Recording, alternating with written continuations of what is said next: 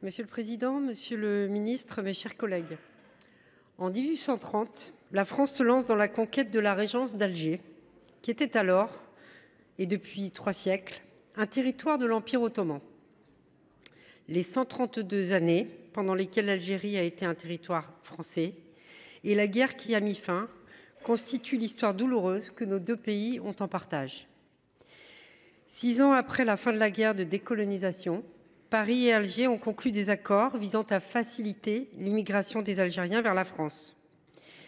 Il est souvent dit que la France a fait cela pour satisfaire ses besoins en main-d'œuvre. C'est juste.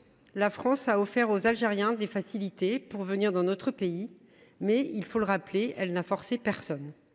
Le fait que de nombreux Algériens aient choisi d'en bénéficier montre que ces accords ne leur sont pas défavorables à cet égard. Il s'agit en effet de dispositions, on doit le rappeler, dérogatoires au Code de l'entrée et du séjour des étrangers et du droit d'asile qui octroient aux Algériens des avantages appréciables.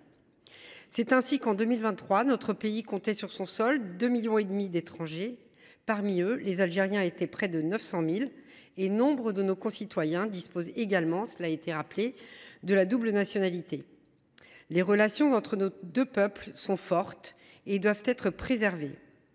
Hélas, le gouvernement algérien continue de les altérer en ressassant inlassablement le passé colonial.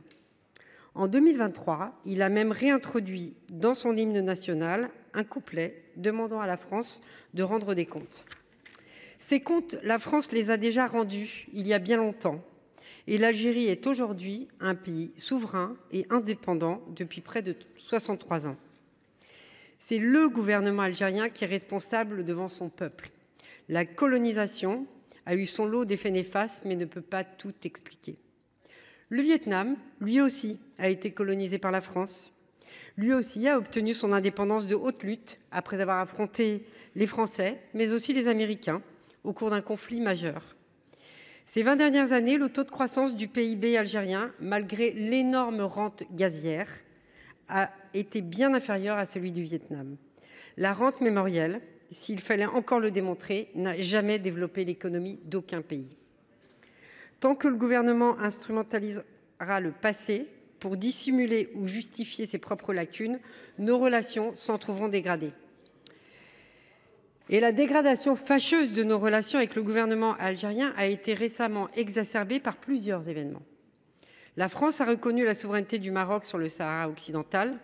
Bien que cela puisse déplaire à Alger, en tant que pays souverain, la France est libre de ses positions diplomatiques jusqu'à nouvel ordre. Conséquence indirecte, en novembre dernier, Alger a arrêté un écrivain franco-algérien de 75 ans, malade, dont l'œuvre littéraire a été saluée par de nombreux prix.